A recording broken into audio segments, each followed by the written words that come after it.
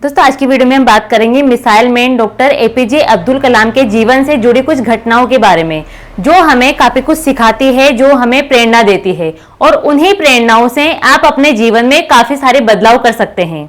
तो इस वीडियो को बिना स्किप किए लास्ट तक जरूर देखिए। इसी तरह के और वीडियोस के लिए चैनल को सब्सक्राइब करके बेल आइकन प्रेस कर दें। तो चलिए शुरू करते हैं। हेलो फ्रेंड्स, मैं हूं गरिमा, स्वागत करती हूं आपका हमारे यूट्यूब चैनल धीरो टॉक्स पर।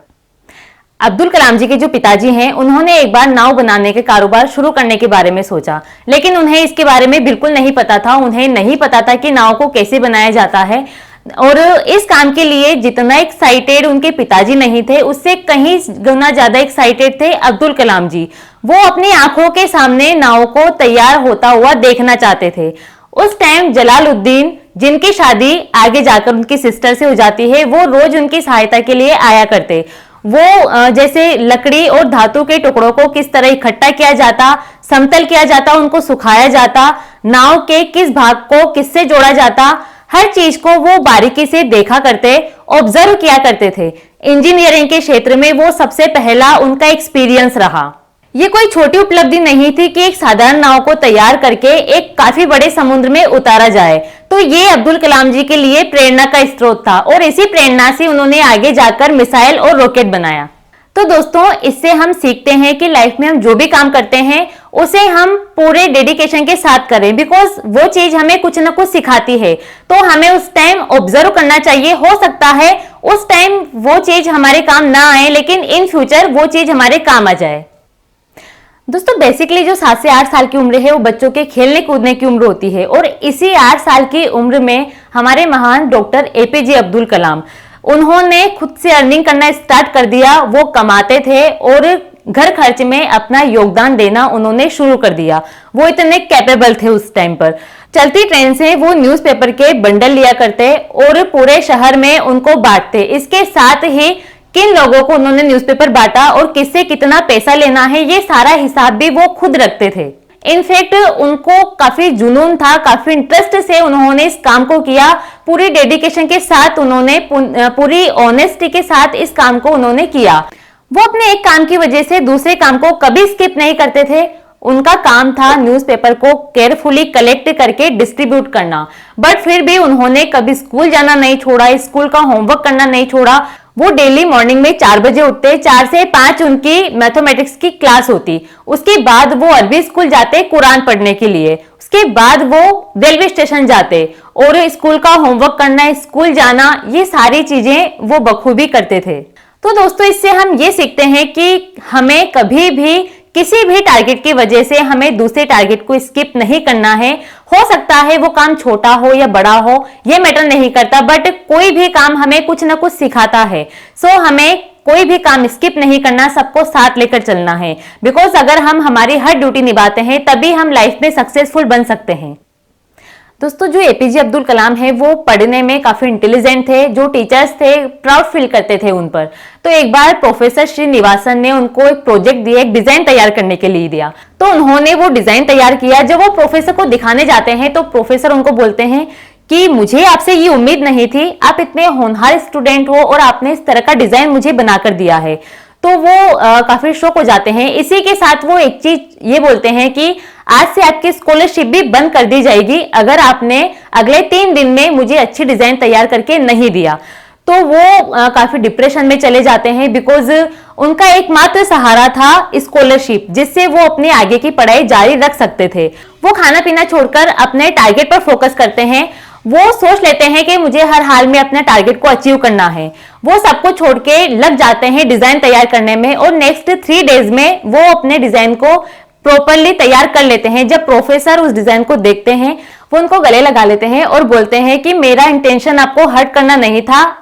मुझे पता है कि आप कितने काबिल हैं, कितना आप में टैलेंट है। मैं तो सिर्फ इतना चाहता था कि आपकी जो सीमा है उससे भी आगे जाकर आप कुछ काम करें। आप अपना जो हुनर है, अपना टैलेंट है, उसको आप आइडेंटिफाई कीजिए। तो दोस्तों, इससे हम ये सीखते हैं कि हमारी लाइफ में या आपकी लाइफ में हो सकता है कोई भी हमें गाइड करने वाला ना हो, बट फिर भी आपको अपने हुनर, अपना टैलेंट आपको पहचानना है। अब समाज की वजह से या फिर किसी भी फैमिली की वजह से, रिश्तेदारों की वजह से आपको अपने टैलेंट को दबाना नहीं है, छुपाना नहीं है। आपको दुनिया के सामने लाना है, सक्सेसफुल बनना है, लाइफ में आगे बढ़ना है। दोस्तों, आपको पता है कि हमारे देश में जाति कितनी बड़ी समस्या है। धर्म और जाति के आधार पर लोगों को अलग अलग रखा जाता है। ऐसा ही एक इंसिडेंट हुआ है अब्दुल कलाम जी के लाइफ में, जब वो और उनके मित्र रामनाथन शास्त्री वो एक ही क्लास में पढ़ते थे और उस टाइम पर एक नया अध्यापक उनकी क्लास में आने वाला था। तो वो स्वागत की तैयारी कर रहे थे, उनका वेलकम वो अच्छे से करना चाहते थे। उन्हें नहीं पता था कि वो टीचर किस तरह का उसका स्वभाव है, उन्हें बिल्कुल नहीं पता था। तो वो चाहते थे कि हम टीचर का अच्छे से वेलकम करें। तो टीचर सडनली उनके क्लास में आ जाता है और वो उनकी नजर सबसे पहले रामनाथन शास्त्री और एपीजे अब्दुल कलाम के ऊपर पड़ती है। तो बिना कारण पूछे, बिना किसी भी कारण वो उनका नाम पूछते हैं और अब्दुल कलाम जी जब अपना नाम बताते हैं तो नाम सुनते ही वो उनको आदेश मिल जाता है कि आप अपने सामान लेकर सबसे पीछे की बेंच पर चले जाइए। तो जैसे ही ये आदेश वो सुनते हैं तो दोनों रो पड़ते हैं। वो काफी दुखी होते हैं, एक दूसरे से अलग होके घर जाकर वो सारी घटना पिताजी को बताते हैं कि आज हमारी क्लास में इस तरह से हुआ। ठीक वैसे ही जो रामनाथन शास्त्री हैं वो भी अपने पिताजी को सारी घटना बताते हैं। वो उनके पिताजी जो कि चाहते हैं कि समाज अलग अलग ना रहे, सारे लोग मिलजुल कर रहें, जिस चीज के लिए वो काम कर रहे थे उसी चीज के विपरीत ये सब हो रहा था। तो अध्यापक को उन्होंने बुलाया और उनको सारी चीजें समझाई। तो अध्यापक ने उनको बताया कि मैं अपने आसपास जो देखता हूं, जो इन्वायरमेंट है, वही चीज मैंने इनके साथ किया है। जाति और धर्म के आधार पर लोगों में भेदभाव किया जाता है। तो इतने में जो अब्दुल कलाम जी के पिताजी और रामनाथन शास्त्री के जो पिताजी थे, उन्होंने उनको समझाया कि हमारा जो समाज है अलग अलग हमें नहीं होना है, हमें एक साथ मिलकर रहना है। तो उस टाइम उन्हें अपनी गलती का रियलाइज होता है और वो इस तरह की गलती नहीं करने का वचन देते हैं और वो अपनी गलती को सुधार लेते हैं। तो दोस्तों, ये हमें सिखाती है कि हमें लोगों में जाति और धर्म के आधार पर भेदभाव नहीं करना है, हमें उन्हें अलग अलग नहीं बांटना है, हमें एकजुट होकर कुछ काम करना है। अगर हम एकजुट होकर रहेंगे तो हम कितना भी बड़ा काम कर सकते हैं। अगर हमारा समुदाय, हमारा समाज एकजुट होकर कुछ काम करता है तो उसका रिजल्ट हमें ज्यादा अच्छा मिलता है। दोस्तों, एपीजे अब्दुल कलाम हमारे देश के लिए इतना ज्यादा समर्पित थे कि जब उनको इंफॉर्मेशन मिली कि उनके पिताजी अब इस दुनिया में नहीं रहे तो वो इंस्टेंट रामेश्वरम गए और वहां से इंस्टेंट वो अपने काम पर वापस आ गए। बिकॉज उस टाइम वो SLV-3 रॉकेट के काम से जुड़े हुए थे, उन्हें अपना काम बीच में नहीं छोड़ना था। बिकॉज पूरे देश की उम्मीद थी उनसे, इसलिए वो अपना जो टारगेट है उसको पूरा करना चाहते थे। तो उस टाइम पर वो अपनी माँ को अकेला छोड़कर आ जाते हैं और कुछ टाइम बाद ही उनकी माँ भी गुजर जाती है, बट फिर भी वो अपने काम को स्किप नहीं करते, अपने टारगेट को अचीव करते हैं। दोस्तों, ये इंसिडेंट हमें काफी बड़ा मैसेज देता है कि हमारे लाइफ का जो भी टारगेट है हमें उसको अचीव करना होता है। हमारे लाइफ के जो टारगेट हैं उसमें काफी सारी प्रॉब्लम्स का फेस हमें करना पड़ता है, बट हमें प्रॉब्लम्स को स्किप करना आना चाहिए, हमें उनको इग्नोर करना है और लाइफ में आगे बढ़ना है, तभी जाके हम सक्सेसफुल बन सकते हैं। हमें अपने इमोशंस पे कंट्रोल रखना है, पैशंस रखना है।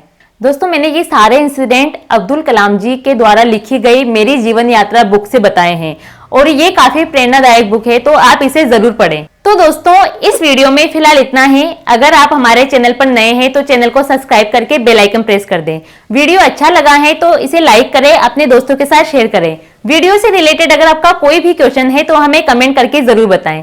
तो मिलते हैं नेक्स्ट वीडियो में नए टॉपिक के साथ। Thank you.